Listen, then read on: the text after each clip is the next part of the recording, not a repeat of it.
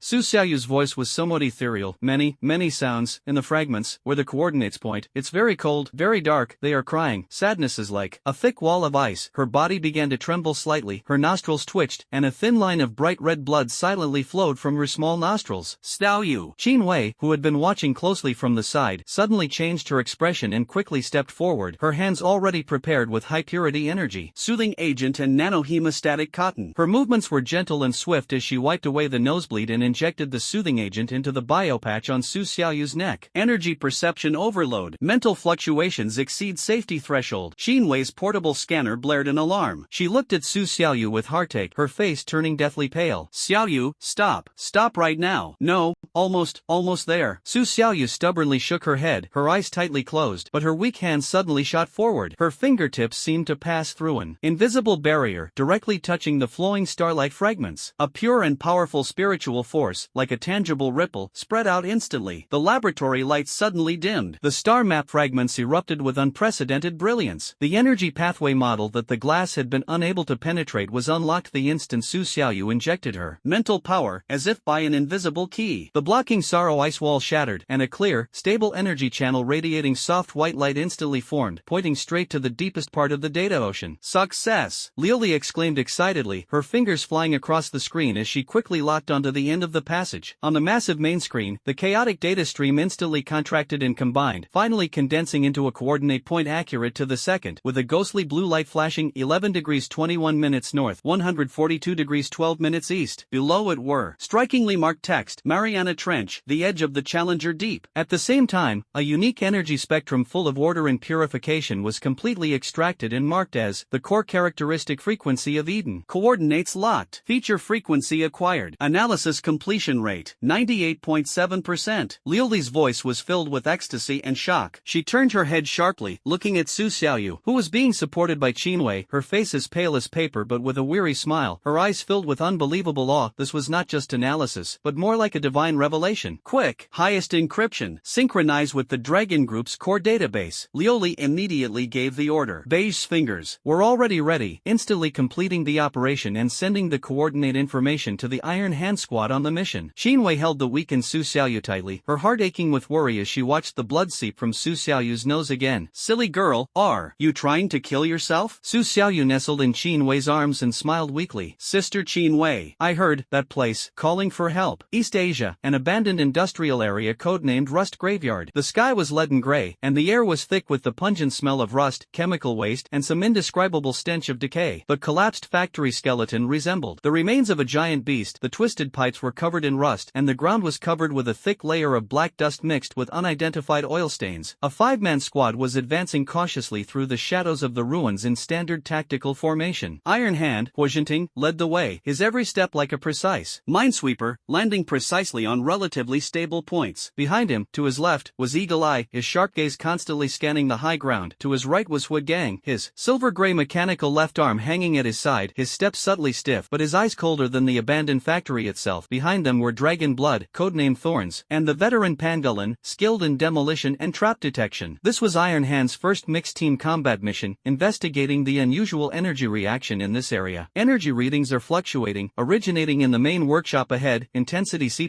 and continuing to rise, Hawkeye reported in a low voice, glancing at the tactical terminal on his wrist. The waveform on the terminal screen flickered irregularly. Watch your step, radiation residue exceeds the standard, and there may be inert spore contamination in the air, the pangolin warned, its helmet visor displaying environmental monitoring data. Stay vigilant, prioritize locating the source, and assess the threat level. Iron Hand's voice came through the internal channel, calm and firm. The team silently approached the massive workshop entrance, now reduced to a twisted iron gate. An even stronger stench of decay assaulted their senses, mingled with a faint, unsettling, sweet, fishy smell. Huagang's mechanical left arm twitched slightly. He keenly detected an extremely subtle energy disturbance in the air, a cold and viscous malice that resonated faintly with the lingering azure ice crystal power within him. He whispered, something, alive, is hidden deep inside, very cold. The words had barely left his mouth. Hiss! A sharp, piercing scream, neither human nor beast, erupted from the depths of the workshop. Immediately afterward, accompanied by the heavy, viscous dragging sound, several dark figures suddenly pounced out from behind the collapsed machine wreckage. Those were three indescribable monsters. They resembled crudely pieced together slag and bloody waste, their bodies like enlarged versions of worms, covered in slime and tumors, their heads topped with twisted skulls that looked like a hybrid of humans and insects, their mouthparts opening and closing, dripping with foul-smelling saliva. Their movement was bizarre. Part of their bodies writhed on the ground, while the other part leaped and pounced using several twisted limbs. They exuded the distinct aura of low-level Deep One corrupted beasts, a variant of the digging worm. Enemy attack. Open fire at will. Iron Hand's icy voice was like a command to fire. Rat-a-tat-tat. Eagle Eye and Thorn reacted swiftly, their electromagnetic assault rifles instantly spitting fire. Precise bursts struck the monster's writhing body, splattering disgusting green slime and shattered tissue, but the effect was limited. These monsters were extremely resilient. Unless their core was hit or they were completely destroyed, their wounds would quickly heal. A monster, braving a hail of bullets, leaped into the air, its mandibles filled with sharp teeth lunging straight at the thorns in the middle of the group. Watch out! The pangolin veteran beside him roared, smashing the thorns aside and raising his shotgun at the same time. Boom! A deafening explosion. The shotgun blasted the monster that was lunging through the air into a bloody mess, sending it flying backward. But even more slime and shredded tissue rained down. Watch out for the slime. It's corrosive, the pangolin warned sternly, staring at the blue smoke rising from its armor. Another monster cunningly bypassed the frontal fire and suddenly leaped out of the shadows on the flank, charging straight at Huagang. A stench assaulted his nostrils. Huagang's eyes narrowed. He didn't back down, but instead took a step forward. The silver-gray mechanical left arm instantly rose, its 5 fingers spread, and its palm aimed at the attacking monster. A visible, chilling current, 10 times more biting than the cold of the abandoned factory, suddenly erupted from the palm of the robotic arm. Like an invisible breath of frost, it instantly enveloped the charging monster. Hiss! The monster's hiss instantly turned into a terrified scream. Its movements became visibly stiff and sluggish. The slime covering its body rapidly solidified into an ice shell, followed by its flesh and limbs. In just 2 seconds, the ferocious polluted beast was frozen into a hideous ice sculpture right in front of Huagang. The ice layer spread along the trajectory of its attack, even freezing the rusty ground beneath it into a pale white pattern of frost and thorns. Well done, Ice Falcon. The pangolin couldn't help but cheer. Thorn stared at the monster, instantly frozen in place, then at Huagang's chilling mechanical arm. The last trace of disdain vanished from his eyes, replaced by shock and a hint of awe. This was the power of the rock? Arming oneself with the power of one's enemy? Don't get distracted. Iron Hand's cold shout rang out. Taking advantage of the moment when its companion was frozen, the last monster suddenly spewed out a cloud of dark green poisonous mist, which quickly spread and obscured the view. Poisonous fog. Cover! Hawkeye immediately commanded. Thorns on the left flank, Pangolin on the right flank, suppressive fire. Ice Falcon, freeze it. Without hesitation, Huagang raised the mechanical arm again, unleashing an even more powerful blast of cold air towards the source of the poisonous fog. The cold air hissed as it came into contact with the poisonous fog, and the dark green mist quickly condensed and settled. Visibility cleared rapidly, revealing the monster hiding behind the wreckage of the machine, attempting to spew air again. Found you. Hawkeye's eyes, sharp as an eagle's, locked on instantly. Just as he was about to pull the trigger, a glimpse caught sight of the metal plate behind the wreckage where the monster was hiding, a crooked, crudely drawn smiley face painted in dark red paint on the rusted plate, next to which was a line of blurry small words, home. This was clearly a trace left by a worker who had worked there before the disaster. Hawkeye's finger hovered on the trigger for a mere 1/10 of a second. His Dragon Group training instilled in him an instinct for maximum efficiency and elimination, and the best option at this moment was to destroy the machine along with the wreckage. But then, Chen Mang's roar and the image of Thorn dying blocking the civilian projection flashed through his mind. Prioritize eliminating the threat. Avoid impacting unknown areas. Iron Hand's command rang out at the opportune moment. Hawkeye made a quick decision, slightly lowering the muzzle of his gun and firing a precise 3-round burst. Asterisk thud. Thud. Thud. Asterisk 3 high explosive warheads precisely pierced the monster's open mouth and vulnerable compound eyes. Boom. A muffled thud. The monster's head exploded like a rotten watermelon, splattering dark green liquid. Its massive body convulsed and collapsed, the source of the poisonous fog completely extinguished. After the crisis was averted, the team quickly cleared the battlefield, confirmed that there were no remaining threats, and located the source of the energy and abandoned and now defunct contaminant spore diffuser. Mission complete. Target eliminated, source identified, threat level reduced to D, prepare for evacuation, came Iron Hand's voice. On the armored vehicle's return journey, the atmosphere inside was silent yet subtly shifting. Eagle Eye remained silent, his gaze fixed on the photograph he'd taken of a smiling face, graffiti on a rusty metal plate on the tactical terminal. Thorn was carefully wiping his weapon, occasionally glancing at Huagang's no longer cold mechanical arm, a complex emotion flashing in his eyes. Huagang closed his eyes to rest, the frost clinging to the joints of his mechanical arm slowly dissipating. The veteran pangolin leaned against the side of the vehicle, a barely perceptible smile playing on his lips. Although the mission hadn't been particularly dangerous, it had unknowingly forged a subtle emotional bond between the 5 men. Pancher Base, Command Center. The enormous main screen displayed the precise coordinates of Eden, the awe-inspiring deep seabed of the Mariana Trench. Lin Wan, Qinwei, Luli, and others were gathered together. The data from the deep-sea probe and remote scanning have been compiled. White Dove's voice was calm yet grave. A strong energy barrier exists at the coordinate point, and its properties are highly consistent with the characteristic spectrum of Eden. A huge unnatural geometric structure has been detected below the barrier, and the energy reading is incalculable. Preliminary assessment indicates it is the remains of a prehistoric civilization. Target confirmed. Lin Wan took a deep breath, her gaze firm and sharp. Immediately begin preliminary preparations for Project Arc and prepare the resource coordination list right away. No sooner had the words left his mouth than a glaring red alert window popped up on another screen in front of the White Dove. Alert! High priority encrypted signal stream captured. Signal source from low Earth orbit. Orbital parameters match. Suspected Raven camouflage satellite. White Dove's fingers moved with lightning speed, tracing the signal's trajectory and performing reverse localization analysis. Seconds later, the analysis results were like a bucket of cold water poured over everyone's hearts. A flashing red coordinate point clearly overlaps the dark blue Eden coordinates on the main screen. The two are almost completely aligned. The Raven signal points to confirmed target area, the Challenger Deep in the Mariana Trench. White Dove's voice was chilling. They're locating Eden. The atmosphere in the command center instantly froze. The threats from the Deep Ones and the Devourers had not yet been eliminated, but the shadow of the Raven had already taken the lead in enveloping this coordinate that held hope. Medical Center, Rehabilitation Room. Chen Mang slowly withdrew his palm. A fist-sized, deep blue flame, resembling a liquid nebula, hovered and burned silently in the space above his palm. The spiderweb-like cracks at the center of the flame remained menacing, but upon closer inspection, deep within the raging, profound blue light, a wisp of extremely fine, almost transparent silver-white thread, like a newly sprouted vine, quietly moved, winding around the edges of the cracks. Wherever it passed, the violent energy seemed to be soothed by a faint trace of order, becoming slightly docile. This change was so subtle that Chen Mang would not have been able to detect it at all unless he had focused all his attention on his inner vision. How are you feeling? Beside her, Qinwei stared intently at the monitoring instrument. The energy reading on the screen was still dangerous, but the fluctuation curve seemed to have stabilized a little bit. Chen Mang stared at the faint yet resilient silver thread in his palm, feeling its subtle resonance with something deeper within him. He spoke slowly, his voice still hoarse, yet carrying a strange quality he had never heard before. I don't seem as hungry anymore. The Mariana Trench, an eternal darkness at a depth of 10,000 meters. Deep within the seabed, shrouded by a powerful energy barrier, lies a core area within a colossal geometric ruin that has remained silent for countless millennia. A faint yet pure white light, like the eye of a star awakening after millions of years of slumber, quietly shone in the absolute darkness. When the blue flame of the welding torch licked the keel of the arc, Chen Mang's hoarse voice drowned out the engine roar. I'll go. She stays. The shattered Dragon Group emblem and the Xian turtle's hand pierced into its palm. Under the moonlight, Su Xiaoyu pressed the bloodstained teddy bear against the Lei Pao monument. Wait for me to bring my brother home. When a near-Earth orbit satellite breaks through its camouflage deck, the silver threads that had been dormant in Chen Mang's palm suddenly pierced through the ghostly blue starlight. Like fireflies smelling the scent of returning to their nests, they swarmed toward the deep sea. Rock Base, the furnace shipyard. The welding torch spewed out a burst of blue-white flames, fusing the chilling nethersea alloy onto the menacing keel of the Abyss Arkansas. Amidst the deafening industrial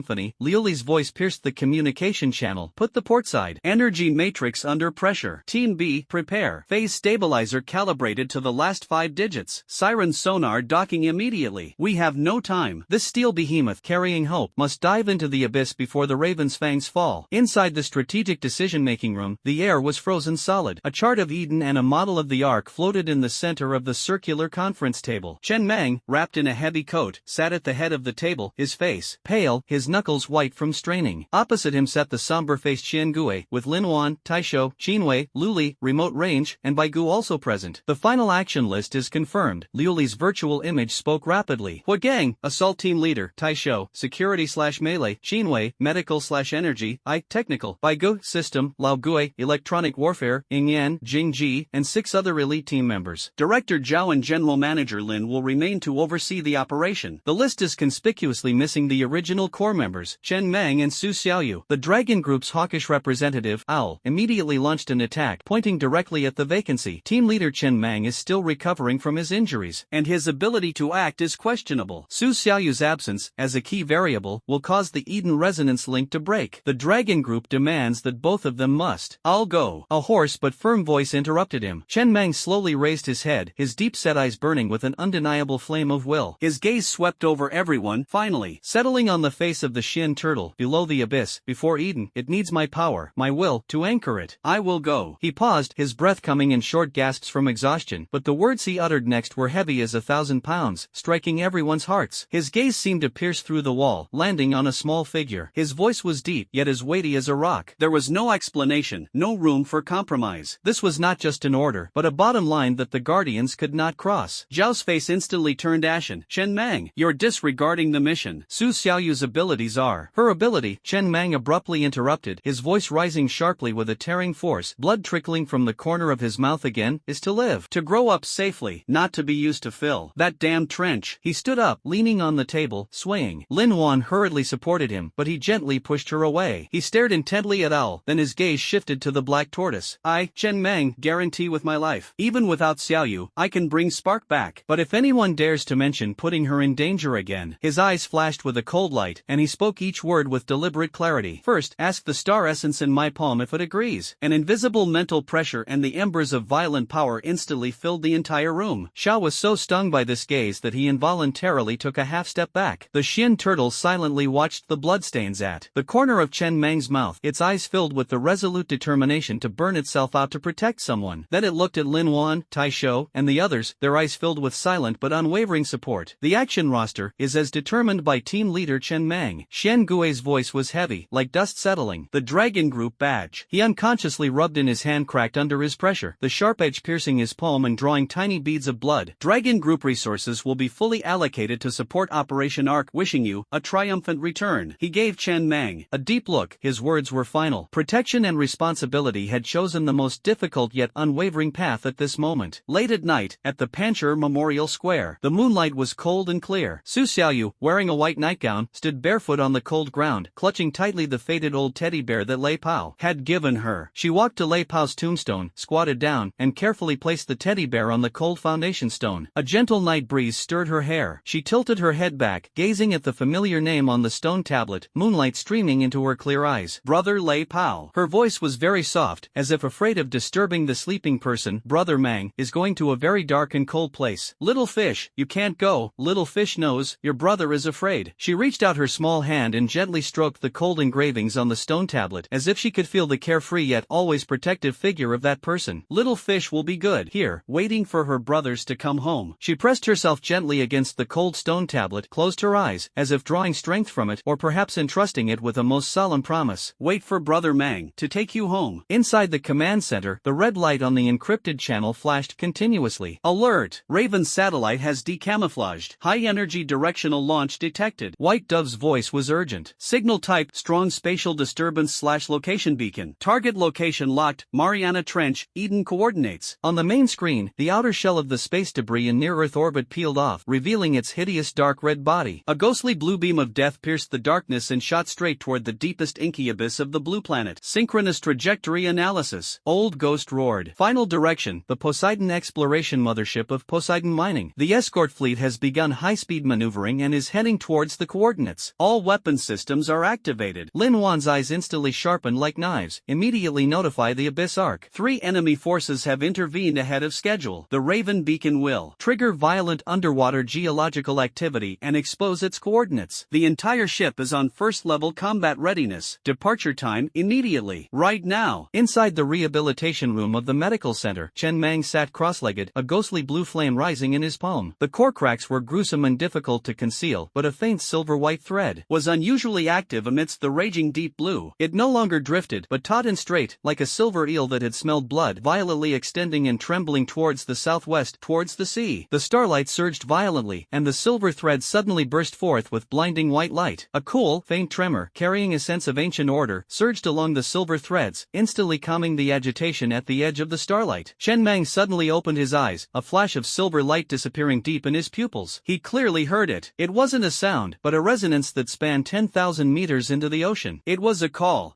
from the depths of Eden. A call that shared the same origin as the silver threads within him. That call carried a trace of sorrow and anxiety urgently needing purification. Xin Wei. Chen Meng's voice was hoarse, but filled with unprecedented certainty and urgency. That thing can't wait any longer. It's crying for help. The silver threads within his body were more active than ever before, as if they were about to burst out of his body at any moment and plunge into the deep sea. Xin Wei stared at the monitoring device's data showing a sudden drop of 0.5% in the star's ferocity, speechless with shock. It turned out that the origin truly did resonate with Eden. From the direction of the shipyard came the deep roar of the Abyss Arc engines starting up, like the fury of a deep-sea monster, tearing apart the silence of the base. The moment of departure had finally arrived. When the silver thread pierced through Chen Mang's palm and penetrated the crack in the barrier, the white light of Eden flowed through his veins into his withered chest. The spiderweb-like cracks deep within the star marrow quietly healed. That faint sound drowned out the deep-sea bomb's muffled roar. When thorns tore half a bloodstained flag from the wreckage of the enemy ship, Huo Gang's ice blade was slicing through the boiling underwater hot spring. A frosty path has been opened up for the Ark to return home. In the morning light at the dock, Su Xiaoyu finally loosened her grip on the teddy bear. Chen Mang placed the scalding hot crystal core into her palm. Your brother Lei Pao asked me to bring this to you. The Mariana Trench is 10,000 meters deep. The Abyss Arc, like a wounded steel behemoth, struggled forward in a boiling sea of death. Outside the portholes, there was no longer eternal, tranquil darkness, but a scene of purgatory. The eerie blue beam of light from the Raven satellite, like a red-hot iron, pierced the Earth's crust into its weakest point. The seabed howled. Violent seismic waves churned the ocean like a raging giant, squeezing and pulsating. Huge fissures tore open the seabed, spewing forth columns of highly toxic hydrothermal vents reaching hundreds of degrees Celsius, like hellish chimneys, instantly boiling and acidifying the surrounding waters. Dark red lava glowed and flickered deep within the fissures, reflecting the churning silt and the remains of panicked deep-sea creatures. Even more deadly was the powerful electromagnetic storm accompanying the geological activity, like an invisible giant net, frantically interfering with sonar and communications, the screens filled with distorted snow and flickering gibberish. 15 degrees to starboard. Hydrothermal vent. Evacuate. Emergency evacuation. White Dove's voice roared through the violently rocking bridge. Shield energy dropped to 67%. Nethersea alloy outer layer reports high temperature corrosion. Liu Li's virtual image flickered. Stable ice course. Xin Wei. Activate the neutralization field at full power to resist the corrosive acid. Chen Mang's voice came through the internal communication system, hoarse yet as calm as steel. He sat at the command post, his body tightly bound by restraints, his face ashen white, a result of excruciating pain and forced willpower. Fresh blood trickled from the corner of his mouth, only to be quickly wiped away. Each violent jolt felt like a hammer blow to his cracked star core, but his gaze remained sharp as an eagle's, fixed on the soft, flickering light on the main screen amidst the raging chaos. Eden. Warning, active sonar lock. Bearing 345, depth match. It's the rock drill heavy submersible from Poseidon Mining. It's broken through the hydrothermal vent. The target is heading straight for the coordinates of Eden. Old Ghost's voice was urgent. On the screen, a menacing, spindle-shaped black shadow appeared, equipped with a huge rotating drill bit at its front. Like a shark smelling blood, it defied the surging hot liquid and intense electromagnetic interference, brutally breaking through the chaotic water curtain and heading straight for the ruins barrier. The drill bit spun at high speed, emitting a dull and chilling hum, its target being the most unstable, eerie blue festering spot on the barrier, contaminated by the Raven Beacon. We absolutely cannot let it get in. Chen Mang roared. Huo Gang, Tai Shou, intercept it. Swarm drones, jam its sonar and thrusters. Liu Li, prepare to strip the crystal core program. Received. Huo Gang's icy voice came through the channel. The rock drill's thick alloy shell gleamed a dark red under the hydrothermal condensation, resembling an armored dragon. dragon, just as it was about to strike the breach in the barrier. Amidst the surging hydrothermal turbulence on the flank, a silver-gray figure suddenly emerged like a deep-sea ghost. It was Huod Gang. He wore a heavy-duty pressure-resistant exoskeleton, his thrusters emitting eerie blue trails of flame, and his silver-gray mechanical left arm was raised high. Frigid air condensed wildly, forming an ice blade several meters long within the high pressure of the deep sea, its edges swirling with chilling white vapor. There are no fancy techniques, only the purest power and extreme cold bursts. Stop right now! Huod Gang's roar rang out on the communication channel. With the violent thrust of the thruster, he gripped the handle of the ice blade tightly with both hands and slashed fiercely at the connection between the high-speed rotating drill bit and the main body of the rock driller with the force of splitting mountains and seas. Snap! A sickening metallic tearing sound mingled with the shattering of ice crystals as the high-speed rotating drill bit was struck by a tremendous force imbued with extreme cold energy, instantly twisting, deforming, and jamming. Terrifying cold energy rapidly spread along the connection point, and a thick layer of ice instantly covered nearly half of the submersible like a plague. The drill bit's buzzing abruptly ceased, turning into a death groan. The submersible's immense inertia was forcibly restrained, causing it to tumble out of control and crash into a nearby bulging seabed rock, erupting into a murky surge of ice shards and metal fragments. Well done, Ice Falcon! A suppressed cheer erupted from the bridge. Don't let your guard down. The deep ones have been alerted. Iron Hand's icy voice rang out. As if in response, several massive Leviathan-class submarines, covered in viscous black bioarmor, slowly rose from the shadows of the seabed surrounding the ruins. Like behemoths awakening from the abyss, they emitted a low, energetic hum, their eerie green scanning beams sweeping across the battlefield, locking onto the remaining Poseidon escort vessel and the Abyss Ark, which had just regained its footing. A third force had joined the fray. Laser cannons began charging. Now, Ark is approaching. Coordinates G7. Barrier relatively stable area. Chen Meng slammed the command button. Xin Wei, prepare external life support. Iron Hand, follow me. Chen Meng, your body. Xin Wei's exclamation was interrupted by his resolute gaze. The Ark struggled to adjust its posture, like a small boat reaching shore amidst raging storms, slowly approaching the massive geometric barrier radiating a soft white light. On the relatively intact area of the barrier, untouched by the eerie blue pollution, white light flowed, as if silently calling out. The decompression chamber door opened. Chen Meng, wearing makeshift pressure-resistant gear, not enough to completely withstand the immense pressure of the deep sea, only enough for a short time, slowly levitated out of the chamber with the help of the thrusters, protected by Iron Hand. The terrifying pressure of the deep sea, thousands of meters below the surface, pressed in from all directions, the icy, bone-chilling water seeming to crush his mangled body. A wave of excruciating pain surged through his nerves, and blood seeped from the corner of his mouth inside his mask. He gritted his teeth, forced himself to endure, and reached out his trembling hand to press it against the barrier that shimmered with white light. The instant your fingertips touched the barrier, an indescribable, boundless will, like a star that has been dormant for billions of years awakening, instantly pierced through the barrier and resonated with the already boiling core of star marrow within Chen Meng's body like never before. Chen Meng's eyes suddenly burst forth with a blinding silver-white light. Beneath the skin of his palm, the dormant silver thread ceased its wandering and, like an awakened silver dragon, instantly pierced through the skin, breaking free from its restraints. A pure, condensed silver thread, radiating the glow of ancient order, shot out from his palm, precisely piercing into the white light flowing on the barrier. There was no resistance, only a harmonious and seamless integration. Silver threads became a bridge. The soft white light on the barrier suddenly intensified, as if infused with new life. A vast and pure energy of order surged forth along the silver threads, frantically flooding into Chen Meng's body. Ugh! Chen Meng's body tensed abruptly, as if struck by a high-voltage current. His blood vessels bulged beneath his skin, revealing silvery white veins. At the core of the star marrow, the spiderweb-like, grotesque cracks emitted a subtle yet clear sizzling sound under the rush of this cool, vast, and vibrant energy. Like a scalding iron plunged into ice water, the raging, deep blue star marrow energy was rapidly soothed, calmed, and settled. The edges of the cracks, bathed in pure white light, grew and healed at a speed visible to the naked eye. Miraculously, a faint, long-lost hue reappeared on Chen Meng's paper-white face. The excruciating pain and weakness that had gripped his body receded rapidly like a receding tide. A deeper, more restrained yet incredibly real sense of power slowly awakened within his withered body. His vital essence, severely damaged, had been repaired by more than 30%. Lioli, now! Xin Wei's excited voice rang out in the channel. Through the life monitor connected to Chen Meng, she clearly captured the astonishing recovery curve. The robotic arm, which had been prepared in advance, was controlled by Lioli with precision. It was like the most skillful surgical scalpel. Taking advantage of the moment when the barrier fluctuated due to energy resonance and the pollution point was suppressed by the combined force of silver threads and white light, it probed into the weakest energy node of the barrier. A melodious melodious chime rang out. A fist-sized energy core, shimmering with pure, soft white light and swirling like a nebula within, was carefully cut and peeled away. The moment the core separated, the white light on the barrier dimmed slightly, but its flow remained stable. This was the nascent form of spark. The crystal core is in hand. Liuli's voice was filled with ecstasy. The three-way battle escalates. Leviathan fires at Poseidon. Stray bullets threaten Ark. The Raven beacon shows abnormal energy Fluctuations, suspected of initiating a self-destruct sequence. The urgent warning from White Dove arrived. The deep sea's laser beams intertwined and exploded with the torpedoes of the remaining Poseidon ships in the deep sea, turning the already chaotic waters into a boiling vortex of death. Inside the wreckage of the heavily damaged rock cutter, the eerie blue Raven beacon flickered with an ominous red light. Objective achieved. Chen Mang's voice came through the mask, hoarse yet carrying unprecedented power and decisiveness. Mission complete. Disengage. Full speed back. Hua Gang, cover our retreat. Understood. Hua Gang's response was cold and resolute. Hovering behind the Ark, facing the onrushing deep diver mini-attack craft and the chaotic shockwaves of the explosions, his mechanical left arm rose high once more. This time, icy energy poured forth without reservation, not to condense ice blades, but to build a barrier. An unprecedented, soul-chilling, frigid white wave erupted from Hua Gang's center. The seawater that came into contact with the wave instantly froze. A massive, tens of meters thick, arc-shaped ice curtain formed out of thin air, like a pale, sighing wall, lying between the Ark and the pursuers. The deep-sea attack craft crashed into the ice wall and instantly froze and shattered. The shockwave from the explosion was also greatly weakened by the thick ice layer. Go! Iron Hand dealt with several boats that managed to bypass the ice wall and quickly escorted Chen Mang back to the Ark. The decompression hatch closed, and the main engine of the Abyss Ark roared deafeningly. The powerful thrust tore through the viscous seawater like an arrow breaking free from hell, and it rose at full speed along the relatively safe passage opened by Hua Gang with ice towards the faint light symbolizing life above. It completely cast the chaotic deep-sea battlefield behind it, the unfinished greed and roars, and the red light of the Raven beacon gradually being swallowed by the ice curtain and explosions into eternal darkness. Rocky Base, private dock. Dawn breaks. The horizon was turning a pale white as the sea met the sky, the sea breeze carrying a salty, cool scent. Lin Wan stood at the front of the pier, tightly gripping Su Xiaoyu's icy little hand, her gaze fixed on the distant horizon. Su Xiaoyu, clutching the old teddy bear in her arms, stared unblinkingly into the distance, her lips pressed together until they were white. As the familiar yet scarred black ship emerged from the sea and slowly sailed in, bathed in the golden morning sun, an uncontrollable cheer erupted on the dock. The Ark has docked. The decompression chamber door slowly opens. The first to emerge was Chen Mang. He was still wearing his pressure-resistant protective gear, and although his face showed fatigue, his steps were more steady than when he left. His complexion had changed from pale to rosy, and the weakness and silence that had once been in his eyes had been replaced by a deep, restrained power, like the ocean itself. The bloodstains at the corner of his mouth had long since been wiped clean. His gaze immediately swept past the crowd and precisely locked onto the small figure holding the teddy bear. Su Xiaoyu broke free from Lin Wan's grasp and, like a fledgling bird returning to its nest, stumbled and rushed towards Chen Mang. Chun! Mang crouched down, opened his arms, and steadily caught her, holding her tightly in his embrace. The little girl's body trembled slightly. Brother Mang, Brother Lei Pao. Su Xiaoyu's voice was choked with sobs as she buried her face in Chen Mang's shoulder. Chen Mang gently patted her back, his voice hoarse yet unusually tender, tinged with a barely perceptible sob. Don't be afraid, we are back. He released her embrace and took out the spark crystal core, which still emitted a warm and gentle white light, from his inner pocket. Pure light shone on Su Xiaoyu's tear-streaked face. Chen Mang took her small hand, solemnly placed the warm crystal core into her palm, and whispered, "Here, this is something your brother Lei Pao asked me to bring to you. He has always been there." Su Xiaoyu clutched the warm crystal core tightly, as if she had grasped a long-lost treasure. She looked up at the new and steady light in Chen Mang's eyes, then looked down at the pure white light flowing in her palm. Tears finally welled up, but they were tears of relief and hope. Hua Gang silently descended the gangway, Frost still clinging to his robotic arm. He didn't join the cheering crowd, but walked straight towards the memorial square. He opened his other clenched hand, revealing a small, strangely transparent ice crystal, brought back from the depths of the ocean, radiating a faint chill. He approached the monument to Lei Pao and gently placed the ice crystal beside the bloodstained bear, as if offering a silent tribute and a promise. Lin Wan walked to Chen Mang's side, watching him and Su Xiaoyu, then noticing his noticeably improved complexion, her eyes filled with heartache and relief. Chen Mang handed the crystal core to Su Xiaoyu for safekeeping, his gaze meeting Lin Wan's, and he nodded slightly, everything understood without words. The gains were substantial, and some concerns were alleviated, but the shadows still lingered. In the distant darkness, the leader of the Ravens stared intently at the reports on the screen, beacon damaged, and operation failed. He then watched as Chen Mang's recovery index soared, and let out a cold, venomous chuckle. The financier financier behind Poseidon Mining angrily smashed a wineglass on his luxury yacht. Within the Dragon Group, hawkish interrogation reports once again piled up. The fluctuations in the secondary gate where the deep divers reside are quietly intensifying. The road ahead for Panshur is long. Only by continuously strengthening itself can it remain invincible. When Chen Mang's starblade sliced through the alloy target in the training field, Lin Wan's tears shattered the moonlight shining through his military boots. The broken taillights in Wutong Lane 7 years ago. Cracks that appeared on the jade after 5 years of gentle nurturing. Finally, the ring was forged in the shimmering glow of the Starfire crystal core. Miss Lin, this soldier's remaining life. Do you want it? A piercing alarm at 142.12 MHz blasted through the air on the monitor screen. Hua Gang's ice blade hovered 3 millimeters in front of the recruit's Adam's apple. Frost flowers bloomed like winter roses amidst the roar. The Sharpening Edge Special Training Ground is located on the 7th underground floor of the Panshur base. The air was torn apart by the sharp sound of high-frequency energy cutting. Chen Mang stood in the center, his right arm outstretched, his 5 fingers loosely clenched. In his palm, a deep blue light blade, more than a foot long, floated silently. The blade was not a solid object, but rather a compressed form of highly condensed star marrow power, its edges flowing with a liquid starlight-like glow. Although there were fine cracks and textures in its core, it still exhibited an overall restrained and stable sharpness. His gaze was focused, and his wrist rotated slightly. The star blade sliced through silently, its trajectory as swift as a shooting star. 10 meters ahead, a half-meter thick special alloy target was easily sliced in two, as if a hot knife through butter, cleanly split in two. The cut was smooth as a mirror, bearing the bluish-purple marks left by the instantaneous cooling after high-temperature melting, without a single burr or deformation. Energy dissipation rate is only 0.7%. Stability reaches S level. Penetration power exceeds that of the Aurora Type 4 high-frequency particle blade. Lioli, monitoring from the sidelines, exclaimed in amazement as she rapidly recorded the data. This starblade, forged from pure will and star marrow, far exceeded everyone's expectations in terms of power. Chen Meng slowly withdrew his arm, the starblade gradually dissipating and turning into specks of deep blue starlight that merged into his palm. He exhaled softly, fine beads of sweat appearing on his forehead, but his breathing was steady, no longer the violent panting and lingering pain he had experienced after the previous burst of power. How do you feel? Xinwei stepped forward and placed the scanner close to Chen Meng's wrist. It's like grasping your own bones. Chen Meng moved his fingers, his voice still deep, but without the hoarse weakness, replaced by a steady strength. It's heavy, but it obeys my commands. More than 30% of the star marrow core within him had been repaired. Like a raging galaxy settling into a deep nebula. Although using it still caused some sluggishness and hidden pain, Xinwei reminded him that the cracks still existed. He was no longer worried about losing control and suffering a backlash. Xinwei stared at the energy curve on the screen, which was clearly stabilizing. The worry in her eyes lessened slightly, but she remained serious. The damage to the core cannot be healed overnight. This star blade is incredibly powerful, but it still puts a huge burden on the core. It must be refined. No more than 3 times a day, and each time for no more than 10 seconds, otherwise the cracks will risk spreading. She tapped the dark red area on the screen that represented the core cracks. Starfire can soothe the wounds, but to completely repair them, we need a more suitable opportunity. Chen Mang nodded, but his gaze had already fallen on the entrance to the training ground. There, Lin Wan was standing quietly, holding Su Xiaoyu's hand. Su Xiaoyu was holding the spark crystal core that shimmered with a soft white light in her arms. The crystal core emitted a warm halo in her palm, pulsating slightly as if it were alive, making her small face glow with a radiant white light. Lin Wan's gaze pierced through the training ground lights and settled on Chen Mang. She looked at his steady figure, the long-lost blood wolf sharpness and control returning to his brows, and the faint, roguish smile on his lips, no longer suppressed by the intense pain. 7 years of bitter waiting, 5 years of thrilling journeys side by side, countless moments of fear of loss. At this moment, all of it transformed into a surging tide, crashing against her heart. Crystalline tears slid silently down her delicate cheeks, shattering into tiny specks on the polished floor. She gazed at him quietly, letting the tears flow silently, as if trying to melt away all the worries, heartache, and grievances of the past years, and the ecstatic joy of regaining what she had lost, into these scalding tears. Chen Mang was stunned. He had seen Lin Wan's pride, anger, cunning, and worry, but he had never seen her so undisguised and overwhelmingly vulnerable. The tears that fell to the ground were like scalding bullets, instantly striking the deepest old scar in his heart called the Lin family banquet. Fragments of memory flooded back like a tide. The Lin family's luxurious banquet hall in Jiangcheng was filled with the dazzling light of crystal chandeliers. He was dressed in casual clothes that seemed out of place, while Lin Wan was dressed in formal attire and had a burning gaze. She mustered her courage to confess, her voice trembling with anticipation. His cold, hard rejection felt like a rusty knife cutting through him. Miss Lin? I, Chen Mang, am just a peasant soldier. I'm not worthy of your status. Please, stay away from from me. Lin Wan's face turned deathly pale instantly, the light in her eyes went out, swallowed by immense embarrassment and sorrow, yet she stubbornly tilted her head back to prevent tears from falling, and turned to rush into the crowd. Guilt, like cold vines, quickly coiled around Chen Mang's heart, causing pain far greater than the rift in his star marrow. Over the years, this spoiled young lady had entered his life in her own domineering yet clumsy way. The protection of the tranquil jade, the pouring of resources from the Lin family, standing shoulder to shoulder through life and death, waiting without complaint. She never truly left, but rather transformed that burning passion into a silent rock, supporting him on the edge of his crumbling world. Love and guilt intertwined, surging in his chest like boiling magma. He watched her silent tears fall, reflecting in them the scars he had etched and her unchanging affection. Outside the base, undercurrents were surging. On the White Dove's intelligence board, the Raven's black market bounty was shocking. The inquiry letter issued by Poseidon Mining through official channels was marked as rejected by Lin Wan. In the Dragon Group's internal communication channel, the Eagle representative's proposal to strengthen supervision was once again suppressed by the Xian turtle. However, all this turmoil became blurred in Chen Mang's eyes at this moment. In his eyes, there was only the woman who shed tears for him. An unprecedented impulse overwhelmed all his concerns and the stubbornness of a soldier. He took a deep breath, ignoring the surprised looks of Qin Wei and Luli, and resolutely walked step by step towards Lin Wan at the sidelines. The training ground lights shone on him, casting his elongated shadow on the floor. Su Xiaoyu seemed to sense something, clutching the crystal core tightly, quietly releasing Lin Wan's hand, and retreating to Qin Wei's side, watching curiously with her big eyes. Chen Mang stopped in front of Lin Wan. He was close enough to see the tiny teardrops on her eyelashes and smell her faint, familiar fragrance. He raised his hand, as if to wipe away her tears, but hesitated in midair, looking somewhat awkward. Lin Wan looked up at him, her eyes blurry with tears, filled with grievance and confusion. Lin Wan, Chen Mang spoke in a low voice, his tone carrying a barely perceptible tension, an emotion he had never shown before in front of the Abyss Mother Nest.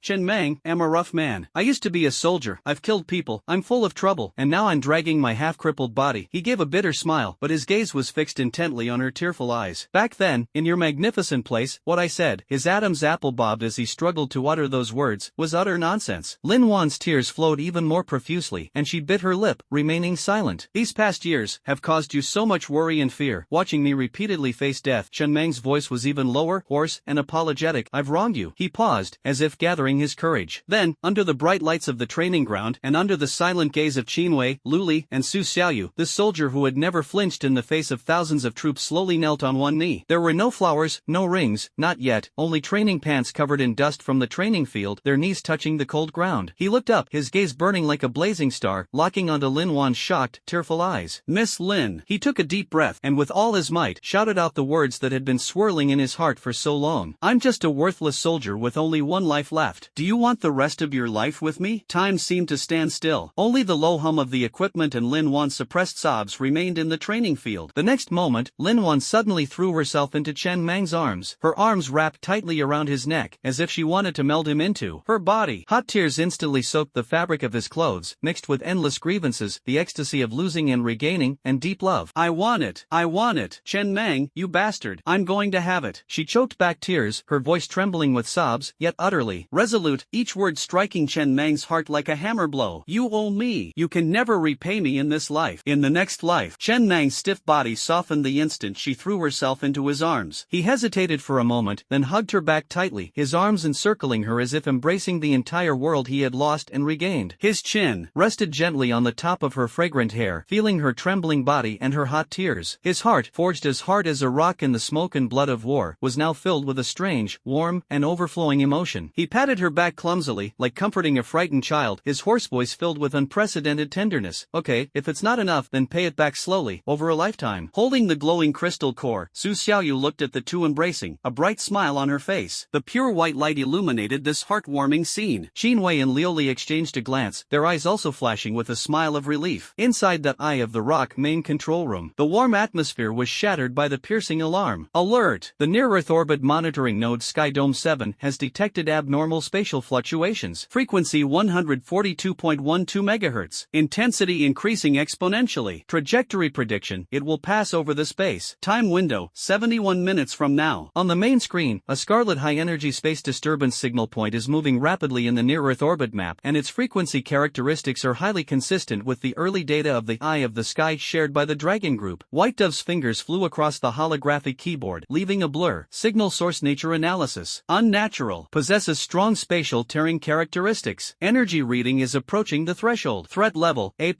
Old Ghost brought up the defense interface. The base's stinger array is fully charged, but it's uncertain whether it will be effective against this kind of spatial disturbance. Lin-Wan quickly wiped away the remaining tear stains from the corners of her eyes, instantly switching back to her capable state. Synchronization Dragon Group, requesting orbital interception prediction support. Notify Iron Hand and Huagang to immediately proceed to the command room and prepare a response plan. Meanwhile, in the lower-level combat training arena, a chilling aura permeated the air. Huagang's mechanical left arm extended forward, a razor-sharp ice crystal dagger, condensed from pure cold energy, hovering 3 millimeters in front of the Adam's apple of Snow Wolf, a rising star of the Dragon Blood Team. The tip of the ice crystal emanated an aura of death, and the cold air caused frost to form on Snow Wolf's eyelashes. The battlefield is ever-changing. A moment's hesitation means death. Huagang's voice was as cold and piercing as the Siberian wind. During the recent combat training, Snow Wolf hesitated for a moment, and Huagang seized upon his fatal weakness. The base's highest alarm suddenly sounded. Huagang's expression hardened, and the ice blade vanished instantly. He ignored the still-shaken Snow Wolf, turned around, and strode towards the elevator. The frost remaining on the joints of the mechanical arm resembled a thorny rose blooming in the dead of winter. A new storm has swept across the heavens. The warmth that Rock Base has just rediscovered will once again face a severe test from the stars. As the crimson tear of the space bubble approaches near Earth orbit, Huagang's fighter jet, trailing a trail of ice crystal flames, crashed into the energy core. Snow Wolf, fire spark into its heart. As the bloodstains on Su Xiaoyu's palm seeped into the crystal course patterns, the protective dome of the base is slowly emanating a river of moonwhite light. Chen Mang slipped the jade ring onto Lin Wan's ring finger. The molten tranquil jade, encasing the star essence, solidified on the ring. If you lose it again next time, I'll punish you by making you bake chive pancakes for me for the rest of your life. During the 0.1 second interval in which the Raven data packet silently disappeared from the corner of the monitor screen, Shen Gui's encrypted warning exploded in the channel. A spark has appeared. The crows have arrived. Rock Base, Eye of Rock Command Center. The piercing alarm word like steel needles, relentlessly piercing through taut nerves. On the massive main screen, the scarlet signal dot representing high energy. Spatial disturbance moved rapidly along its predicted trajectory, like a bloodstain left by death in near-Earth orbit. The countdown relentlessly ticked, 47 minutes and 22 seconds. Dragon Group Orbital Defense Network confirmed. The target is a wandering space bubble formed by the energy dissipation of the eye of the sky, with a diameter of approximately 1.2 kilometers. The core energy reading has exceeded the threshold. The predicted impact point has been corrected, directly above the base. White Dove spoke rapidly, her fingers leaving afterimages on the virtual keyboard. Next to the scarlet light cluster representing the space bubble on the screen, a dense stream of data poured down like a waterfall. The base's B-Sting energy array is 90% charged, but theoretical models show that conventional energy weapons have a neutralization rate of less than 15% against the space-tearing effect. Old Ghost's voice was unusually solemn. Radiation penetration warning. Unknown high-dimensional radiation has penetrated the secondary barrier, causing temporary paralysis of some non-core equipment in Zone C and F. Another monitor reported urgently. Lin Wan stood before the command platform, her eyes sharp as knives, quickly scanning the chaotic flow of information before making a swift decision. Activate the Spark emergency plan. Lioli, what's the deployment status of the ground force field generator? The force field generator at the top of the observatory is in place. The Spark crystal core energy conduit is connected, and Su Xiaoyu's mental link is ready. Lioli's virtual image flickered, with the howling night wind at the top of the observatory as the background. Iron Hand, Huagang's team? The Dawn spacefighter is ready. The special energy damper is installed, and it is ready to take off at any time. Iron Hand's cold voice came from the communication channel. Huagang received it. Huagang's response was concise and powerful, like an ice bead falling to the ground. Action, Lin Wan said decisively. Iron Hand and Huagang's teams take off immediately to intercept and deploy a damping net to weaken the space bubble's energy as much as possible, buying time for the ground. Activate the ground's spark force field at full power to attempt neutralization. Chen Mang, stabilize the core area. Understood, everyone responded in unison. The highest point of the base, the observatory. The night wind was biting, making it almost impossible to stand. At the center of the massive ring-shaped force field generator, the spark crystal core, emitting a soft white light, was placed on a specially designed energy amplification base. Around the base, complex energy conduits shimmered with a ghostly blue light connecting to the vast power supply system below. Su Xiaoyu, dressed in a specially designed psychosensing suit, stood alone inside a transparent isolation chamber beside the base, her face slightly pale. Her hands were lightly pressed against the inside of the chamber walls, her palms facing the crystal core on the base. Outside the isolation chamber, Jinwei stood at the control panel, her expression tense, constantly monitoring Su Xiaoyu's vital signs and mental fluctuations. Little fish, are you scared? Xin Wei's voice came through the communicator. Su Xiaoyu shook her head, her clear eyes fixed on the crystal core. Don't be afraid. It's calling me. Let me help it. She could clearly feel the pure and anxious will inside the crystal core, while at the same time, a crimson malice was getting closer and closer from the sky above her head, a kind of tearing greed. The force field generator is activated. A surge of energy is injected into the crystal core. The crystal core instantly erupts with a soft white light several times stronger than before. The light rushes along the energy conduit, rapidly intertwining and extending above the observatory, forming a huge, inverted bowl-shaped, moon-white light curtain that envelopes the entire core area of the base. Starfire field deployed. Energy output stable. Neutralization field frequency matching activated. Liuli's voice was filled with excitement. Almost the instant the light curtain took shape. Boom! It was as if an invisible giant hammer had slammed down on the energy shield of the rock-solid base. The entire base trembled violently. On the main screen, the scarlet space bubble had reached directly above the base. It was not a physical object, but rather a distorted, boiling, ominous red-glowing spatial turbulence. Its edges were constantly tearing at space, emanating high-energy particle storms and eerie radiation ripples. The moon-white spark-light curtain collided violently with the edge of the crimson space bubble. There was no explosion, only a chilling, piercing shriek as energy annihilated. The white and red light fiercely eroded and dissolved each other. The base's shield groaned under the double impact. Unknown radiation penetrated the shield's gaps, and some screens in the command center instantly filled with static. Radiation intensity is soaring. Neutralization rate, 38%. Not enough. The core impact hasn't arrived yet. Liuli's voice was filled with anxiety. Inside the isolation chamber, Su Xiaoyu's small body trembled violently. Immense mental pressure surged like a tidal wave. She felt like a small boat in a storm, being torn apart by two vast and opposing forces. The call of the crystal core, the devouring of the spatial bubble. Fine beads of cold sweat appeared on her forehead. Her small hand, which was pressed lightly against the chamber wall, trembled slightly, and a thin line of bright red blood seeped from the corner of her tightly pursed lips without warning, dripping onto her sensory suit. Little fish. Xin Wei's heart clenched suddenly. Hold on. The mental guidance must not be interrupted. Liuli shouted sharply. In low Earth orbit, the Dawn spaceplane is like a swift weaving through a storm. The tranquil starry sky outside the porthole was no longer a scene of carnage, but a hellish spectacle. A crimson space bubble hung below. Like a gigantic, writhing wound, its edges spewing forth streams of high-energy particles like billions of crimson serpents, silently raging in the vacuum. Even more terrifying, the space surrounding the bubble was torn and distorted, forming countless spatial fragments. Abnormalities, of varying sizes and razor-sharp edges, orbiting and randomly slicing through everything in their path like satellites. Avoid. 45 degrees to the left. Space debris field. Iron Hand's cold voice rang out in the cockpit. The Dawn spacecraft instantly executed a high-difficulty side roll maneuver, narrowly avoiding a streak of space debris that roared past with its edges flashing with cold light. Snow Wolf. Eagle Eye. Deploy dampers at points A and B. Thorns. Provide fire support.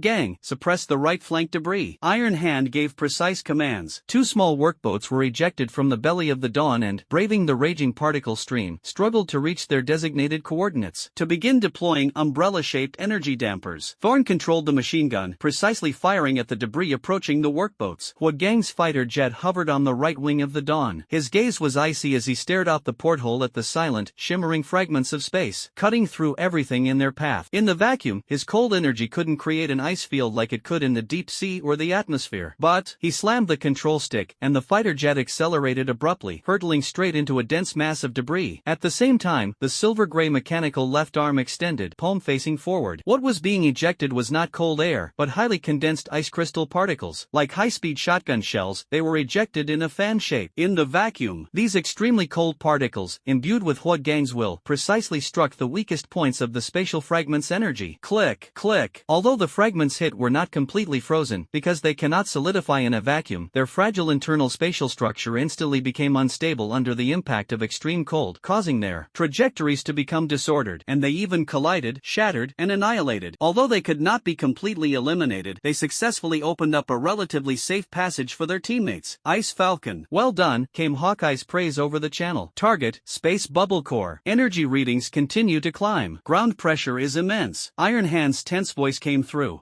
Gang looked down at the crimson core that was expanding rapidly, seemingly about to devour everything. He vaguely sensed that the soft, moonwhite light curtain in the direction of the base was fluctuating violently and becoming dim. Ground neutralization rate insufficient. 10 seconds countdown to the core energy explosion of the space bubble. Lioli's warning was filled with with despair. Inside the command center, everyone's hearts tightened. The bloodstains at the corner of Su Xiaoyu's mouth became more and more obvious, her face was deathly pale, and her body was swaying precariously, but she still gritted her teeth and persevered, desperately maintaining the mental link and injecting her last bit of power into the crystal core. Qinwei clenched her fists so tightly that her nails dug deep into her palms. Lin Wan's face turned pale, and she subconsciously looked at Chen Mang beside her. Chen Mang stood with his eyes closed at the core of the command platform, his fists clenched. A steady and vast power of stellar marrow emanated from him, acting like an invisible anchor, forcefully stabilizing the violently fluctuating energy field of the command center and the communication system on the verge of collapse. Blood trickled from the corner of his mouth, but his figure remained as steady as a towering mountain. He was fighting for his comrades on the ground and in orbit, giving it his all for the last moment. Just as the crimson core was about to explode, inside the cockpit of the Dawn, Hua Gang's eyes flashed with a cold light. Snow Wolf, special warhead, target, core. He slammed the control stick, pushing the fighter jet's engine to its limit in an instant. The Dawn hurtled straight toward the crimson core that was about to explode, like a burning meteor trailing a dark blue tail. Hua Gang, what are you doing? Tai Shou roared. Attract it, charge in. Hua Gang's voice was cold and resolute as his fighter jet frantically weaved through the particle streams and space debris, fraught with danger. His actions instantly drew most of the attention and dissipated energy from the space bubble core. Crimson light, like angry eyes, locked onto this tiny yet courageous challenger. The Snow Wolf, which was already prepared, pressed the launch button the instant Qinwei remotely and precisely calibrated the parameters. A special warhead, its tail gleaming with a faint white light, was launched from the work vessel. It skillfully avoided the violent energy flow attracted by Hua Gang, and like a precise scalpel, it pierced through layers of spatial ripples, stabbing fiercely into the most unstable point in the core of the space bubble. Inside the warhead is a highly concentrated spark neutralizing agent, hastily prepared by Lioli. Buzz! There was no earth-shattering explosion, only a deep and grand hum that seemed to come from the depths of the universe. The blinding scarlet light was like ink thrown into clear water, instantly diluted and blurred. Pure moonlight radiance erupted from the neutral point, spreading rapidly throughout the entire space bubble like a wildfire. The scarlet ferocity was quickly purified and soothed, and the boiling spatial turbulence, like a pacified behemoth, gradually calmed and collapsed. In just over 10 seconds, the deathly cloud that had hung over the rock base, the scarlet space bubble, dissipated silently into the background of the deep universe, like a popped soap bubble. Only the dissipated, harmless, pure energy streams drifted down like stardust. Crisis resolved. With its damaged engine blaring, the Dawn, under the cover of Iron Hand, struggled to escape the danger zone. On the observatory, the moonwhite starlight light screen slowly contracted. The isolation barrier opened, and Su Xiaoyu collapsed, exhausted. Qinwei rushed in and hugged her tightly, a tired but relieved smile on her face. Inside the command center, after a deathly silence, cheers of relief erupted. Lin Wan's tense body instantly relaxed, and she leaned against the command platform, tears welling in her eyes. Deep within the base, at the edge of a tranquil observatory, the night sky was spotless, and the Milky Way shone brightly. The clamor of battle had long since subsided, with only a cool night breeze gently blowing. Chen Mang and Lin Wan stood side by side. Chen Mang held a newly crafted ring in his hand. The ring setting was reshaped from the edge of a military tag left over from a cannon attack, giving it an antique and weighty feel. The ring face is a small piece of melted, tranquil jade containing a drop of deep blue star marrow crystal that Chen Mang had tempered and solidified with the power of pure star marrow. The warmth of the jade and the depth of the star marrow intertwine, radiating a strange and soft glow under the starlight. Chen Mang took Lin Wan's left hand, his movements clumsy yet extremely solemn. He gently slipped the unique ring onto her ring finger, the size perfectly fitting, without the slightest error. Miss Lin, his voice was low, hoarse with the pain of surviving a disaster and a hint of tenderness. The soldier's wretched life is now tied to you. He paused, watching the tears welling up in Lin Wan's eyes again, and a familiar roguish smile curled at the corner of his lips. If you dare to lose it again. He leaned close to her ear, his warm breath brushing against her earlobe, his voice low and domineering, filled with a tenderness only she could understand. I punish you by making you bake chive pancakes for the rest of your life. Lin Wan finally couldn't hold back her tears, which flowed freely, but they were tears of happiness. She nodded vigorously, tightly grasping Chen Mang's calloused hands, their fingers intertwined. Under the starlight, the ring, which combined the power of tranquility and star essence, shone with dazzling brilliance. In a corner of the command center, Xian Gui stared at the green indicators. Space bubble dissipates and radiation reaches zero, displayed on the main screen, but his face showed little joy. He pulled up a recently intercepted encrypted log, which clearly showed that during the peak moment when the spark force field was fully engaged in fighting the core of the space bubble, an abnormal data packet overflowed for 0.1 seconds, breaching the internal firewall of the rock base and pointing to an unknown dark web node. The data packet's signature contained the cryptic mark of a raven. He took a deep breath, connected to Chen Mang's private encrypted channel, and his voice was extremely heavy. Chen Mang, a spark has been ignited, his brilliance is fully revealed. He paused, then spoke with a sharp, forceful tone. The crows have arrived, circling around. The real storm has only just begun. The dim light from the monitor screen reflected the solemn profile of the Xian turtle, and also mirrored the vast yet perilous starry sky. Background on the main screen. The coordinates of the eye of the sky still flickered with an ominous red dot in the unknown depths of space. When the Xian turtle's order to rest suppressed the Antarctic mission briefing, Chen Mang then nailed the wedding invitations to the door of the supervisory commissioner. The small, gold-embossed characters read, "The bear carrying the thunder cannon is going along." As Lin Wan's fishtail skirt swept lightly across the private jet stairs, Old Ghost's crypto account just received a 9-figure mining settlement payment. Hua Gang's ice blades have turned bronze from the sun in the South Pacific. Thorns pounded on the control panel and roared inside the simulator. "Boss, enjoy your honeymoon. Don't fucking use Starfire to bake my wedding cake." Signal interference. In the command center of the Pancher base, the air was filled with the weariness of the fading smoke and the tense undercurrents of tension. On the main screen, the crimson coordinates of the eye of the sky still hung against the deep space background, below which was the face of Harrier, the hawkish representative and special envoy of the Spark Oversight Committee, Spark Committee for short, his expression filled with scrutiny and distrust. He was pointing at the recently received report on the Antarctic impact site of the Fireseed 7 meteorite, his tone aggressive. Spark technology has demonstrated its strategic value in this space event, but its application must be subject to strict regulation. This Antarctic recovery mission is an excellent opportunity to test its controllability and the effectiveness of our oversight. The ROC Special Operations Team must immediately prepare, under my full supervision, and head there with the Guardian prototype. At this moment, a deep and authoritative voice interrupted him. It was the encrypted holographic image of the Xian turtle. His usually calm face was filled with undeniable solemnity as his gaze swept over Hawk and finally settled on Chen Mang. Team leader Chen Mang, since Operation Abyss Arc, the ROC Special Operations Team has been continuously carrying out high-risk missions. The personnel are physically and mentally exhausted. The equipment urgently needs maintenance, and the injuries to their core require rest. The Xian turtle's voice was steady and powerful. The Dragon Group's Supreme Command, after comprehensive assessment, believes that although the current situation harbors undercurrents, there is no imminent world-ending threat. The order is hereby issued. The ROC Special Operations Team will enter a 2-month comprehensive rest period, effective immediately. Mission Fireseed 7 will be taken over by the Dragon Group's Kunlun detachment, and the Spark prototype will not be activated for the time being. What? Xian Turtle personally in command? This is completely against procedure. Star Supervision Council. Hawk's face turned ashen instantly, and he hurriedly tried to refute. This is an order. Xian Gui's voice suddenly became more forceful, carrying a shrewd and authoritative tone. The Star Supervision Committee's opinion has been recorded. During the rest period, Ms. Lin Wan will be fully responsible for the internal affairs and commercial operations of the Pancher base, with Director Zhao Jiangwo assisting in defense, technological research and development, personnel recuperation, and combat power recovery are the top priorities. Without the permission of the Dragon Group's Supreme Command and myself, no one may interfere with Pancher's rest period. His sharp gaze was like an icicle, piercing straight at Hawk. Special Envoy, your supervisory duties are limited to technical specification consultation and must not interfere with the normal operation of the base. Do you understand? Hawk was so overwhelmed by that gaze that he could hardly breathe. His face turned as red as a pig's liver. In the end, he could only squeeze out 2 words through gritted teeth. Understood. He glared resentfully at Chen Mang and Lin Wan, then turned and left angrily. The image of the Xian turtle shifted to Chen Mang, its tone softening slightly. Chen Mang, the blade of Pancher needs time to be forged and reforged, and it also needs ample fuel. The Dragon Group will provide basic support, but the rail fuel must be obtained by you from a wider world. He glanced meaningfully at Lin Wan. The period of rest and recuperation is also a window of opportunity for development. The Dragon Group has already granted Pancher access to some high-end overseas security markets. Conserving energy and building strength is the long-term strategy. The image flickered and gradually disappeared. The tense atmosphere in the command center instantly relaxed. Chen Mang leaned back in his chair, letting out a long sigh of relief. His taut nerves finally relaxed, and a wave of exhaustion washed over him. He looked at Lin Wan beside him, his eyes full of questions. Lin Wan met his gaze, a sly yet bright smile playing on her lips, as if sunshine had broken through the gloom. With a magical flourish, she produced a beautifully designed, gold-embossed invitation from behind her back and slapped it down where Hawk had just stood. The invitation bore an emblem of a rock-solid sword intertwined with nebulae. This is the first important task of our rest period. Lin Wan's voice was light and domineering, with an unprecedented firmness. Mr. Chen Mang, please make sure you arrive at the Lin family's Starry Sky Island in the South Pacific 15 15 days from now to complete your wedding, which is 7 years overdue. The guest list includes Lei Pao's teddy bear. She pointed to a line of small print at the bottom of the invitation. Special invitation, Lei Pao, seat no, Rock 01, item, teddy bear. Chen Mang stared at the words, then looked at the tears and anticipation in Lin Wan's eyes, and the hardest part of his heart was struck hard. He tugged at the corners of his mouth, his voice hoarse but with a hint of relief in his smile. Yes, Commander Lin. During its rest period, the Panshir base has lost some of the smell of gunpowder, but gained more vitality and the pleasant sounds of money flowing. Deep within the base lies the Crystal Laboratory. The Guardian Eye prototype hovered in the center of the test field, its moonwhite purifying field stably extended, easily resisting the simulated strong energy impacts and radiation beams. Lioli excitedly recorded the data. Neutralization efficiency increased by 35%. Miniaturization successful. Sister Qinwei, has Brother Chen's purifying star flame model been successfully imported? Qinwei looked at the steadily burning flame in Chen Mang's palm on the screen, its deep blue star marrow as its bone and moonwhite purification as its edge, and nodded. Initial fusion is stable, power is controllable, and the core burden has decreased by about 20%. Once he returns from his honeymoon, we can try condensing it to a combat level intensity. Beside her, Su Xiaoyu sat quietly in a specially designed mental sensing chair, holding the starfire crystal core in her palm, eyes closed in concentration. The crystal core emitted a warm and peaceful halo, and her mental energy, like invisible tentacles, silently sensed a vague direction in the starry sky. Qinwei's instruments showed that her perception range had nearly doubled compared to before. Beyond the base, the financial battlefield. Lin Wan's remote meeting feed was simultaneously displayed on 3 virtual screens. Screen 1, a Wall Street elite in a suit is respectfully reporting, Mr. Lin, the final payment for the space mineral transport of Odin Energy has been received, amounting to $987 million.